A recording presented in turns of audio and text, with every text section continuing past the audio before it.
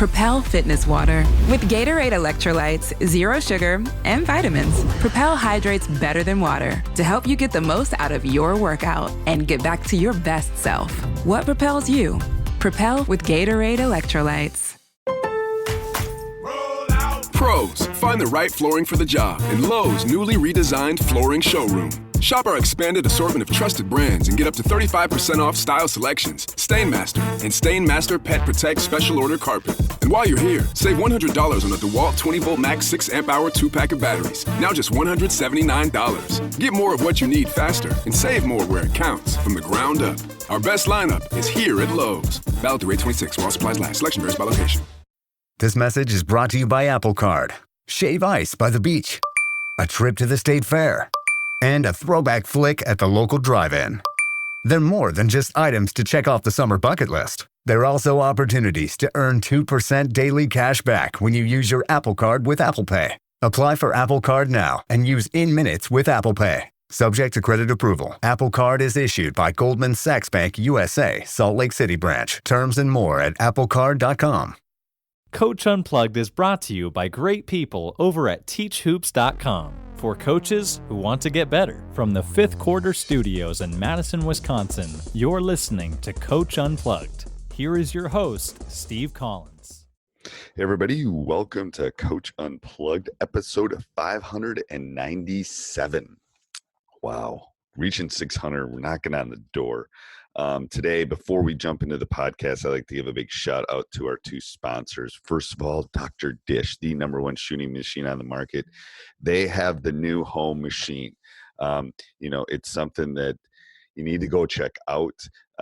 It is the first shooting machine designed specifically for outdoors. So I think, especially with the quarantine and people having to do this by themselves, I can't imagine a better time to go buy a Dr. Dish. Mention Coach Unplugged and they'll give you $350 off your next purchase. They've got great financing. They've got great trade-ins. Go check them out. Also, make sure you check out teachhoops.com for coaches who want to get better. It is the one-stop shopping for basketball coaches. Netflix. There's more expensive stuff. There's cheaper stuff. But I don't know of anybody that has the access that teachhoops.com has. If you have a question, if you need to get on a call with me, if you need one-on-one, if you email, I would guarantee there's nothing out there that you will get the response that you get from teachhoops.com. So come over and check us out. Not only great resources, but a great community, and I think you'll love it. Also, subscribe. We would love if you subscribe. That's something you can do. Doesn't cost you anything to subscribe and to leave a review. Those reviews really do mean a lot to us. So let's head off to the podcast. Hope you enjoy. Go ahead, Mark. You have questions? Because I know Jake and I can talk about anything. So. Yeah, sure. So you were going to talk about scouting teams. I don't know if that's something you're planning to do in the future. I was going to ask you a question about that. Since I mainly play up to this point zones, whenever I've scouted other people, I haven't really felt like that it was super beneficial. But okay. Any suggestions? So you're saying you run a zone, but then when you scout. So I'm not as concerned about what. No. So I just want to make sure I got it right. So you're saying you zone, then you go scout teams, and they're not doing things against zones; they're only doing against man. Well, I guess I'm not as concerned as much about their individual players and their tendencies and all that type of stuff. Since I'm not matching up man for man. So maybe that's another topic about what's the best things to look for when you're scouting. Yeah, no. I think individual tendencies are still good. They're probably not quite as useful as when you're doing man. Some kids like specific. They're one dribble and a shot. They're catch and shoot. They want to attack the rim. I mean, there's all those kind of things that even if you're in a zone or a man, I think are helpful. Are you talking in retrospect of how teams are going to beat you if you're in a certain zone? Say that again, Jake. Say it again. Yeah, louder. We can't hear you. Are you talking in retrospective? You're in a certain zone and you're wondering how teams are going to beat you, or vice versa? More vice versa. Okay. So you're looking at how you can beat them. Right. Yeah. So I think it's hard because you got to basically have two. You have to have two different looks. you have to look at what are their weaknesses, how can I exploit it, and then what are our weaknesses and how are they going to try to exploit it. You know what I'm saying? So maybe you're not a great rebounding team and they're a great offensive rebounding team. Well, then that's something we got to work on this week. Or maybe they have specific people. So I think you got to look. When I scout, I look at individual tendencies a lot. Because I think high school is a lot. But if you're playing more zone than man, I look at individual tendencies. But then I also look at what do they do really well. And what do they so what do they do really well that's going to cause us some problems? We'll play teams that will pressure the ball. We'll play teams that will push the ball. We'll play teams that will try to take 45 seconds off. Are any of those things going to affect our outcome?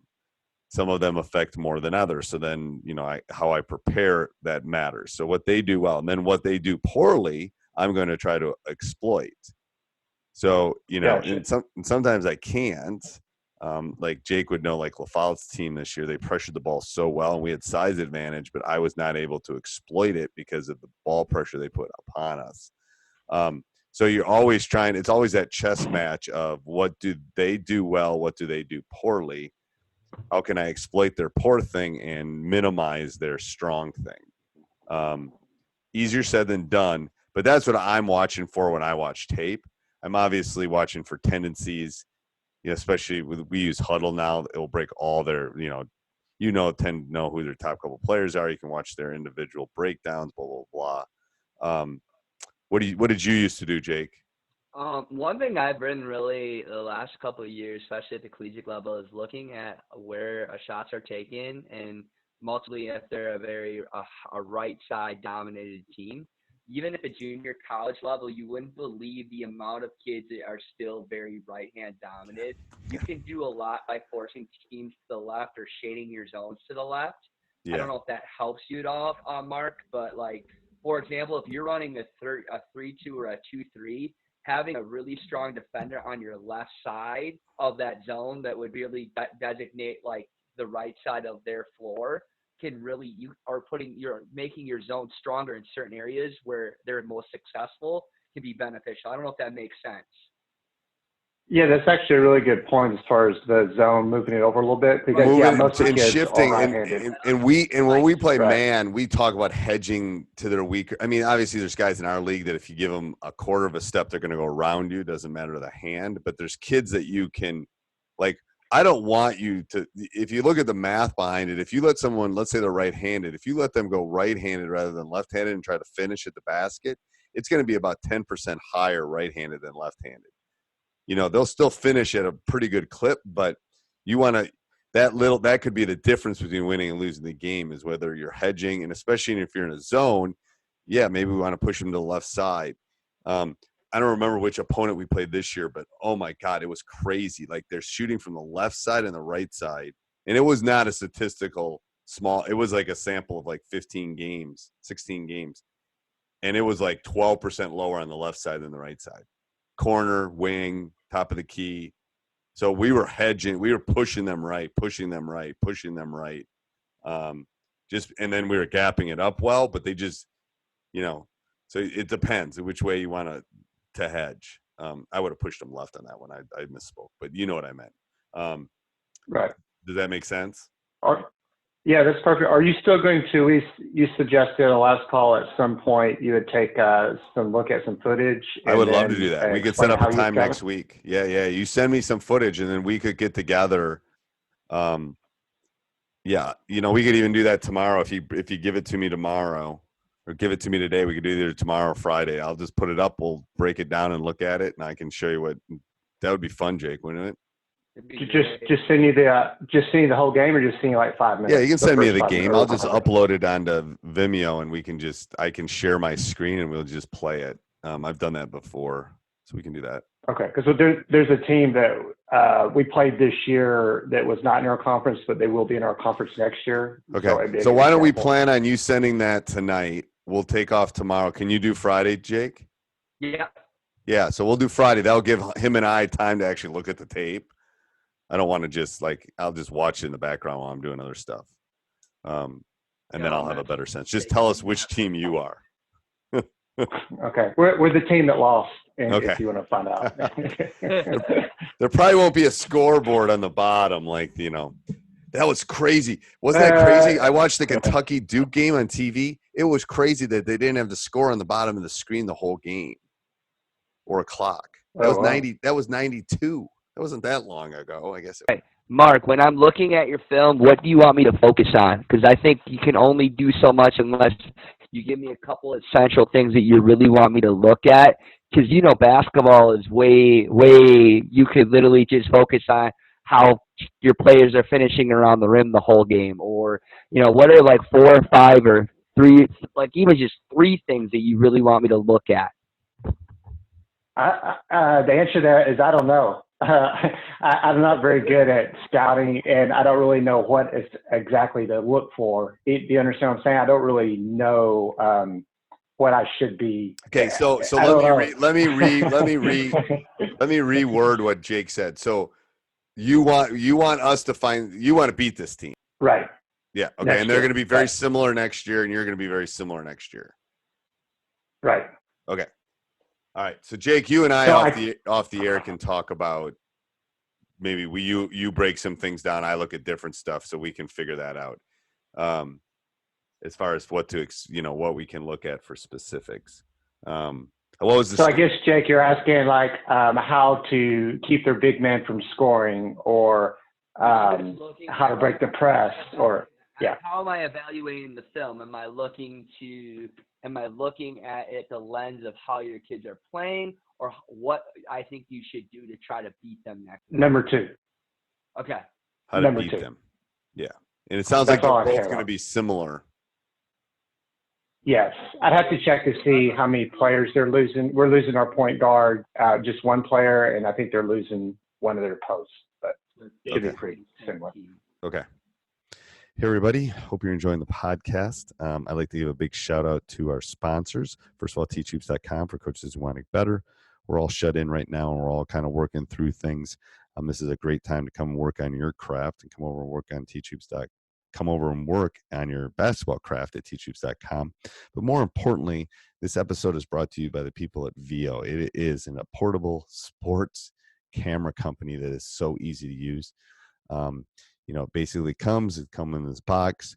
It looks like a little briefcase. It's actually smaller than a briefcase. You'll open it up, you'll put it on top, you'll put it on the tripod, you'll lift it up as high as you need it to go, and you'll hit record, and boom, you're done. That's it. It's so easy to use. It's AI technology is unbelievable. 180 degrees. And the great people over there are offering free shipping right now, and they are offering $100 off. So I'll put this down in the show notes, but vo.co/unplugged. And then when you get to the checkout, go use Unplugged, 100 off, and they'll take really good care of you. All right, let's go back to the podcast. As I'm looking, I could say, this would be pretty good to use, or maybe not. Maybe this would be better to use against them. Like, what are some of the things that you use on your team, or you're thinking about using? Say that again. Offensively or defensively? Yeah, so he's saying, what do you run offensively? What do you run defensively? So we know what's in your toolbox is basically what he's saying. What's in your toolbox? Oh, okay. Yeah, so all we ran this year offensively for man, which I think they played us the whole game, is a screen and roll offense. Very like simple screen and roll. Ball screen offense, correct. That's like all we ran this year for man. A ball screen continuity or what? Correct, yes. Yeah. That's all we ran this year. And defensively, we played 2-2-1 full court press, which I don't think we pressed them at all. 2-3 zone and a 1-3-1. No man, man to man. No man at all. Next year, we're hoping to play like a man with one guy in the middle, so like 4 chasers and one guy, but play more man. But foul trouble has always been our challenge, that we're not deep enough for. That's always been my problem. And my kids are aggressive and they foul a lot. The team that you lost to, do you know anything about the teams that beat them? Did they win like every game last year, or do you know any of their history? They would, yeah.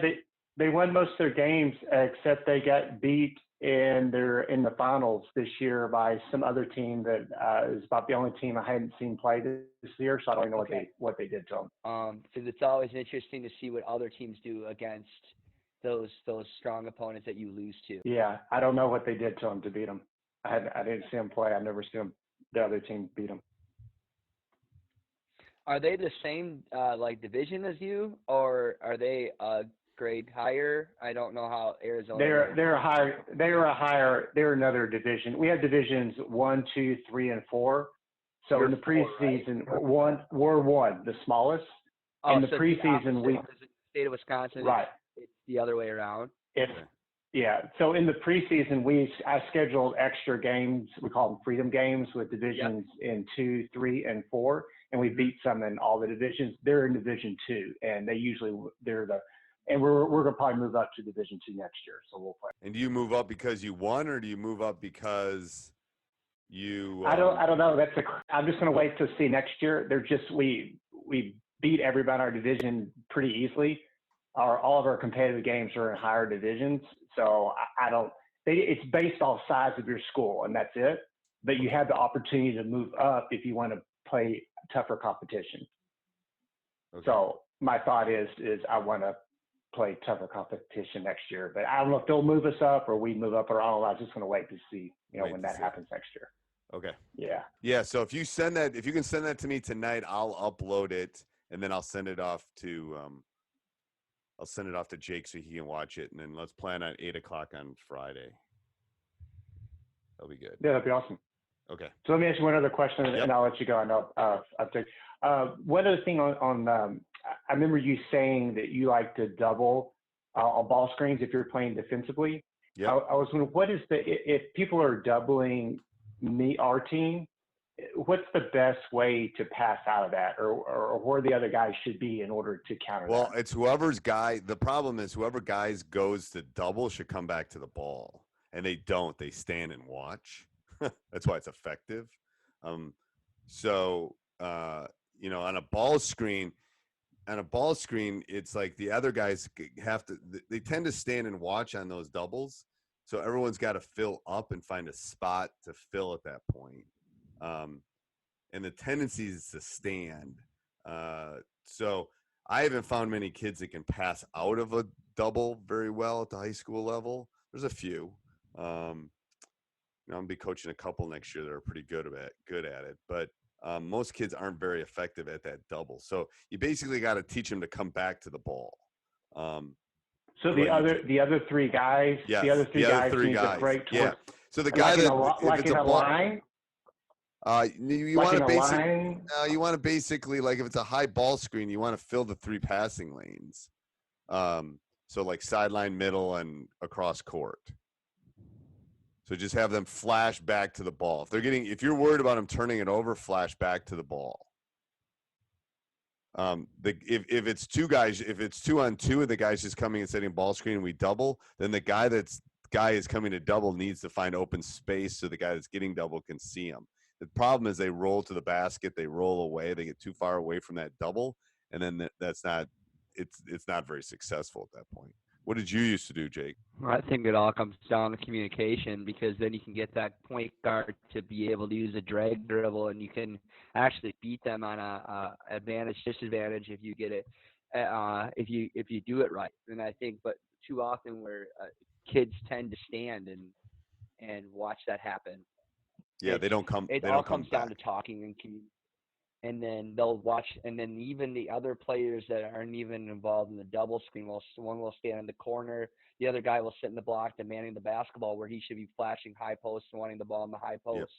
Yep. And what he means by that, what he means is the guy that's getting doubled needs to take 1 or 2 dribbles back and change angles, which is something you can work attack on. Again.